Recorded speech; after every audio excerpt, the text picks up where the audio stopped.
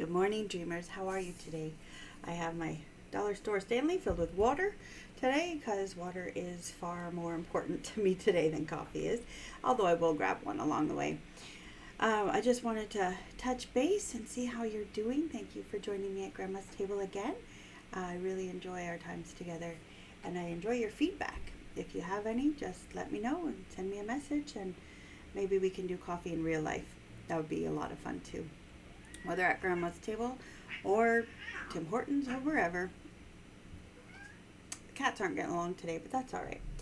I have something to talk to you about today because I have today, this week is Trans Awareness Week, and I have a trans son, and today I'm wearing my Free Mom Hugs t-shirt because on the 20th of November, every year we hold vigil for the trans lives that have been lost due to violence against trans people in the past year.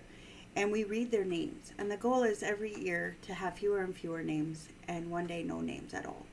That there would be no more violence towards this people group. And I hear a lot of people, trust me, I hear a lot of people. And I hear them say, but I don't understand.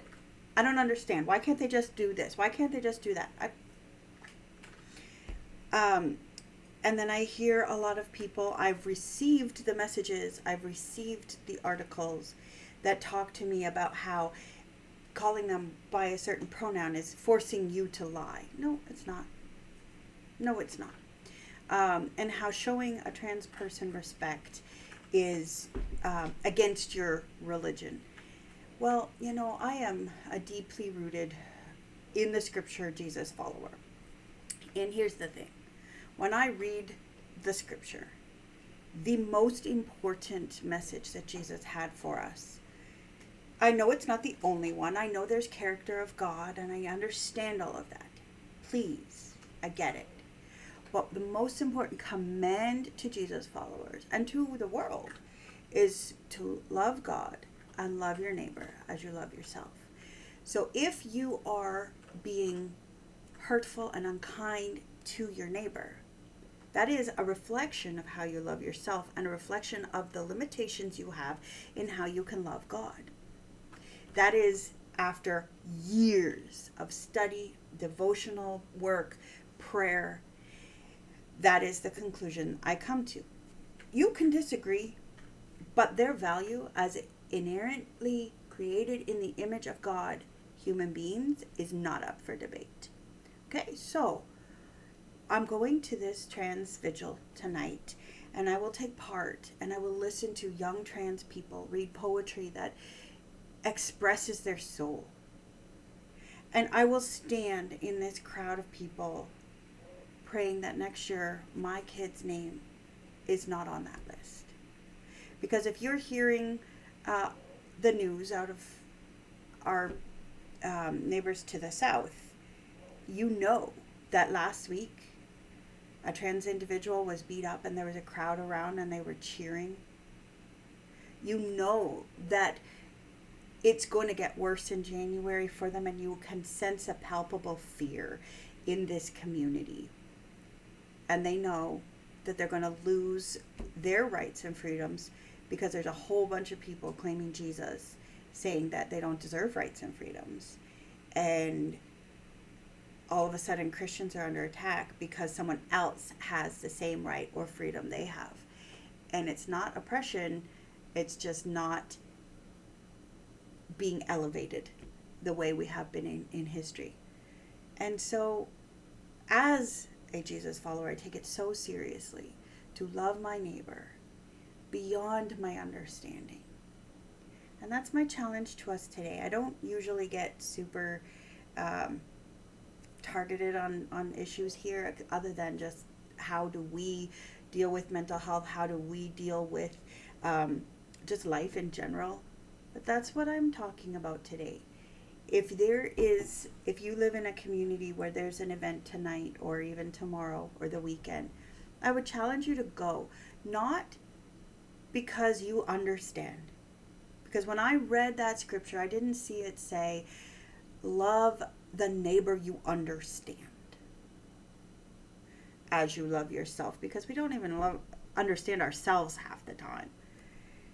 We cannot grasp who God is, yet we're to love God. But yet there's so much beyond our understanding with Him. And so that's my challenge today. Can you love someone you don't understand? Whether it's a trans individual, whether it's a parent that treats you in a way you don't know why they do, whether it's a coworker that just they drive you absolutely bonkers, or perhaps it's somebody in your work community that's from a different nation and you don't like that they have an accent you don't understand. Can you love them the way Christ loved you? Can you do that? For those of you that don't claim religion and don't claim to be a Christian, there's still an underlying social fear of the unknown. Can you love? Can you accept? Can you support? Because quiet love, that love of, well, they should just know I love them. That's not love. Love is action. Love is follow through. Love is interest in the things you're interested in, even though I don't get it. You know how many parents watch Elmo all the time? How many parents have Little Bear on all the time? It drives me nuts, but your child is interested in that. And so that becomes an act of love, is being willing to sit and cuddle and watch Bluey for the 1000th time, right? But when we can show interest and show that I will stand with you and I recognize, I can feel your pain. I don't understand it because I'm not trans. I don't understand it because I'm not you. But if we can say, I recognize your pain, I validate your pain and your fear, and I am here. I am somewhere safe you can go. I am somewhere that you can find refuge, because I represent the love of the Almighty Divine God. And I don't do it perfectly, but I love you. That's my challenge to us. Love beyond understanding, regardless. Trans is my example because it's today, but can we?